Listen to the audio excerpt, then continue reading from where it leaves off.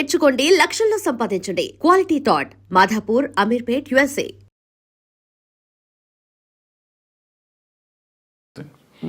నేను I am happy ఉన్నాను, బాగానే ఉంటాను కదా. బాగుంటానికి ప్రయత్నం చేయాలి. అంటే ప్రయత్నం చేయకుండా తిరగటం అనేది ఒకటో క్వశ్చన్.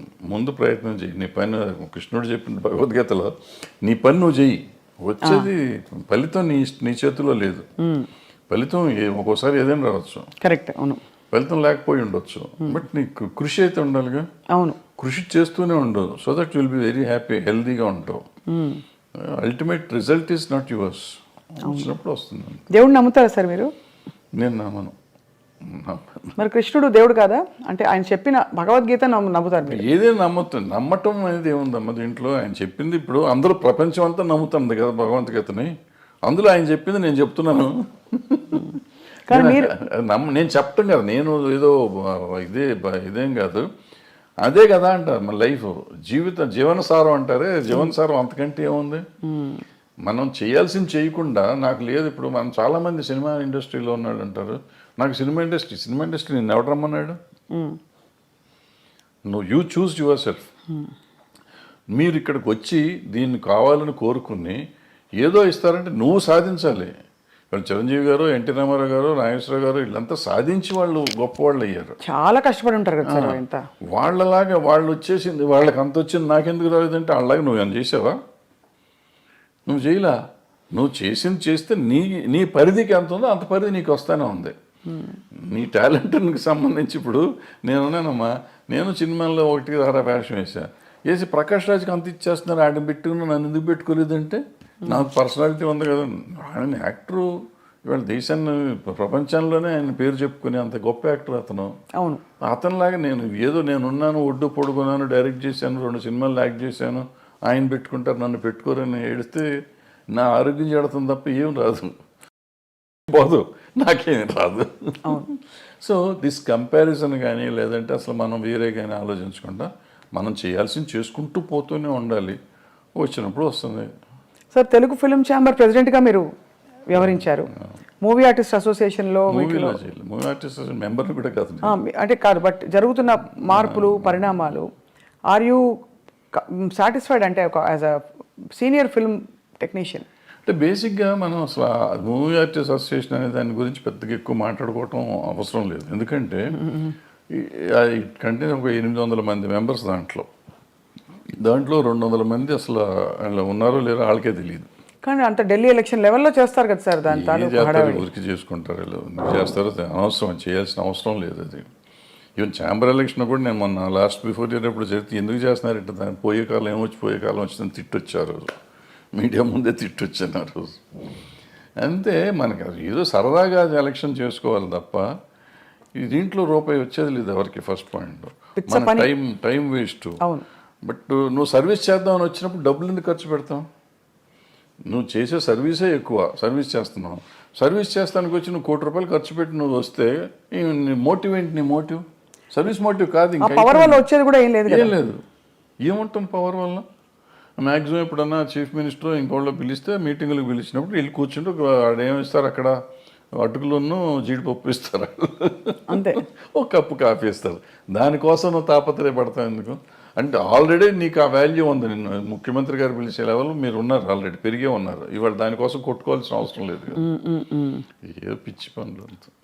సో అయితే అదే, బట్ వివాదాలు మాత్రం వారానికి ఒకటి వస్తుంది. Jani master issue, Raj Tarun Lavanya issue, అవన్నీ ఇప్పుడు ఇంతమంది ఉన్న ఇండస్ట్రీలో ఇష్యూస్ ఉంటాయి. ఆ ఇష్యూని మనం సీరియస్గా తీసుకోకపోవటం అనేది మనం ఆలోచించుకోవాలి.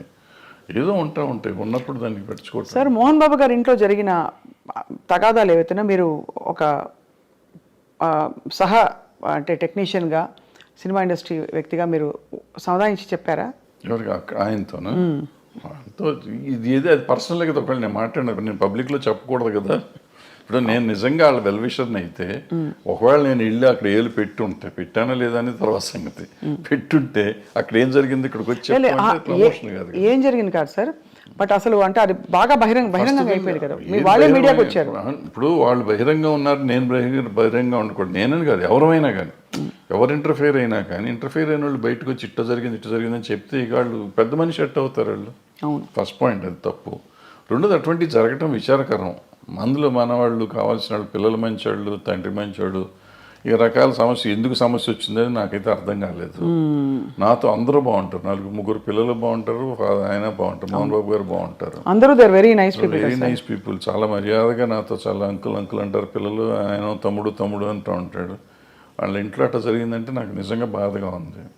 I just really wanted to go and speak, but ఏమో ఎందుకు డెలికసీస్ వాళ్ళవి మనకి ఎందుకని నేను అడగలేదు. మొత్తానికి సార్ అయితే ఇప్పుడు అంటే there is a lot of turmoil going on around అనిపిస్తుంది సమాజం చూస్తుంటేనే.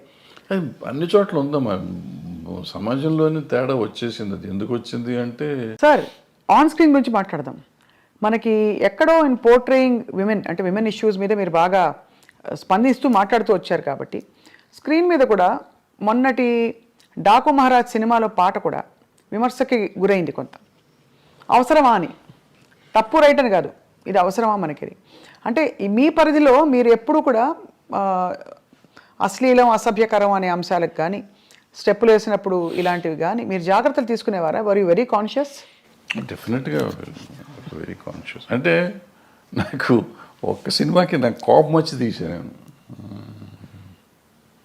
బంగారు మొగుళ్ళు అనుకుంటే. ఇటువంటి దరిద్ర పని నేను కూడా చేశాను.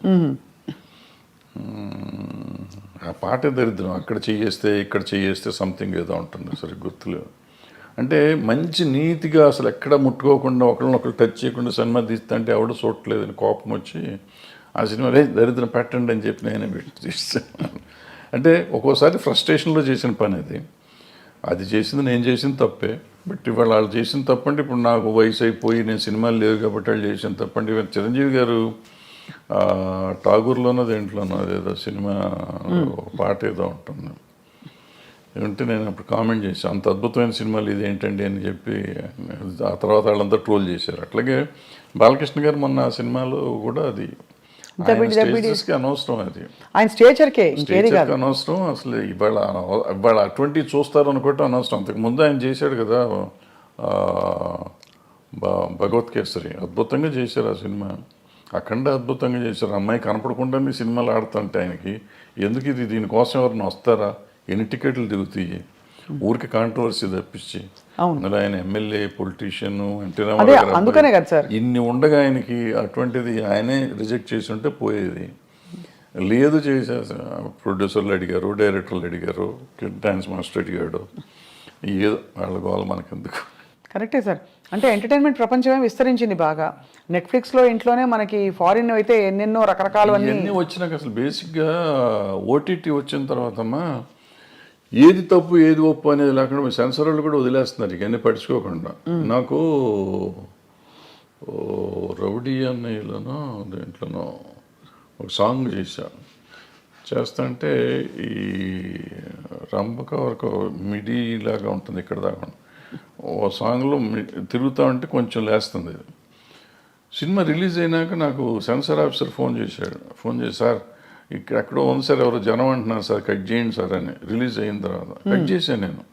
జస్ట్ ఊరికి మిడి ఇక్కడికి ఉంది, ఇప్పుడు గాలికి ఎగిరింది, వెళ్తే ఇంతవరకు ఎక్స్పోజ్ అయింది. నేటి దౌర్జన్యం అనే సినిమాలో ఒక సాంగ్లో వాణి విశ్వనాథ్ గారికి స్విమ్మింగ్ సూట్ వేసా, ఒక బిట్ వేస్తే సెన్సార్ కట్ చేశారు. అదే టైంలో బొబ్బిలి రాజాలో ఆమె సినిమా అంతా చొక్కా వేసుకుని కింద ఏమి లేకుండా దివ్యభారతి అది ఫుల్ సినిమా వదిలిపెట్టారు. నాకు ఒక బిట్ ఏంటంటే దాంట్లో వదిలేరు కదండి అంటే, ఆ సినిమా అంతా దాని మీద ఉంది, నీ సినిమా అది లేదు కదా, ఎందుకు నువ్వు చేయాలంటారు. ఓహో అదే అంటే నేను ఫైట్ చేసి ఉంటే నాకు వదిలిపెట్టేవారు. ఎందుకు దానివల్ల సినిమా ఆడదని నాకు తెలుసు, ఎందుకు తీసాను నాకు తెలియదు. ఆ రోజు తీసాం అంటే డ్రెస్ చేంజ్లు కావాలంటే సరే తీద్దాంలే అనిపించి తీసాను నేను, కాదన్నారు తీసాం.